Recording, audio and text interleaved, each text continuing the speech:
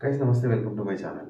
Guys ఇప్పుడు screen మీద ఎవరైతే కనబడుతున్నారో ఈ అమ్మాయి ఆల్మోస్ట్ ఇన్ ఏ డే ఎంత పాపులర్ అయిపోయిందంటే ఎస్ఎస్ రాజమౌళి గారు రీచ్ అవుట్ అయ్యారు అని చెప్పేసి అయితే కామెంట్ అయితే నడుస్తున్నాయి అనమాట. ట్రెండింగ్లో నడుస్తుంది.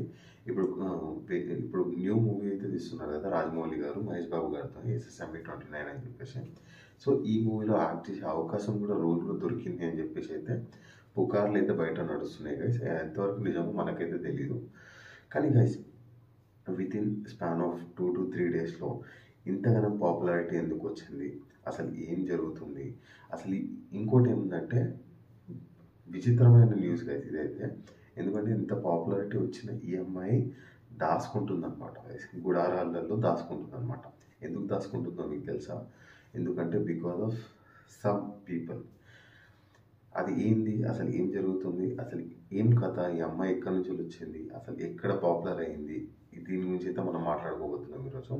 ఎస్ గైస్, నాకు తెలిసి అయితే ఎట్లా అనిపిస్తుంది అంటే ఈ న్యూస్లను చూస్తుంటే మీరు చూడండి కదా, కొన్ని న్యూస్లో ఆల్మోస్ట్ ఒక వారం 2 వారాల నుంచి తినకుండా కూర్చుంటాయి కదా రోడ్ల మీద కుక్కలు.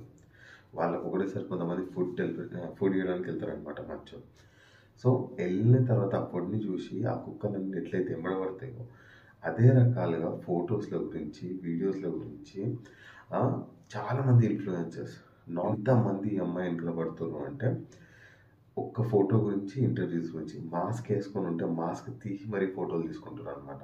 సో ఇదంతా అసలు మీకు అందరికీ చూస్తారు కదా, మీకు అందరికీ కొంచెం డిఫరెంట్ అనిపించవచ్చు. ఎందుకు అంటే మనకు అంత పాపులారిటీ వస్తే మనకు చాలా మంచిది.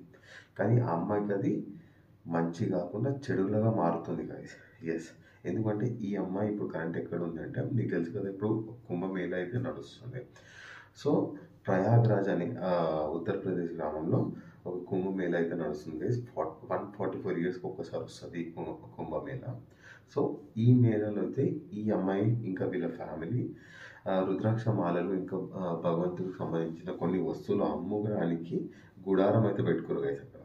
ఎస్, ఆ గుడారంలో ఈమెని ఒక అతను చూసి ఫోటో తీశాడనమాట. ఫోటోలు తీసి అయితే పెట్టాడు. సో అది విత్ ఇన్ ఎ డే మిలియన్స్లో వ్యూస్ వచ్చాయన్నమాట. సో అమ్మాయి అందాన్ని కానీ, అమ్మాయి నవ్వు కానీ, ఆ స్మైల్ కానీ, ఆ కళ్ళు కానీ, ఆ హెయిర్ స్టైల్ కానీ నచ్చి చాలా ట్రోల్స్ అయితే జరుగుతున్నాయి. సో ఈ ట్రోల్ జరగడం వల్ల ఈమెకి గుడ్ సైడ్ వెళ్ళాలి కానీ, అడ్వాంటేజ్ కావాలి కానీ అది డిసడ్వాంటేజ్ అయిపోయింది అనమాట.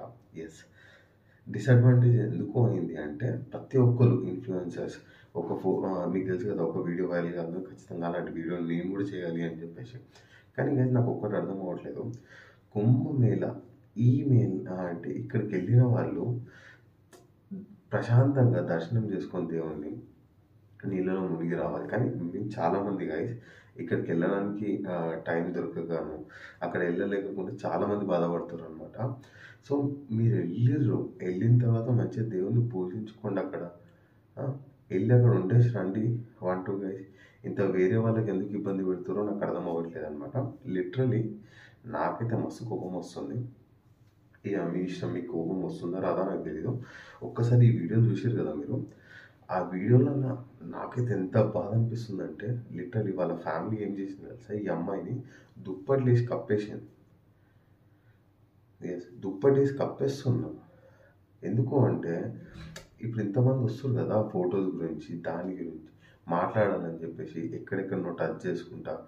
సో ఈ ఫ్యామిలీ ఆల్మోస్ట్ చిత్రహింసలతో పడుతుంది గైస్. ఇలాంటివి కాకుండా ఉండాలని చెప్పి అయితే నేనైతే కోరుకుంటున్నా.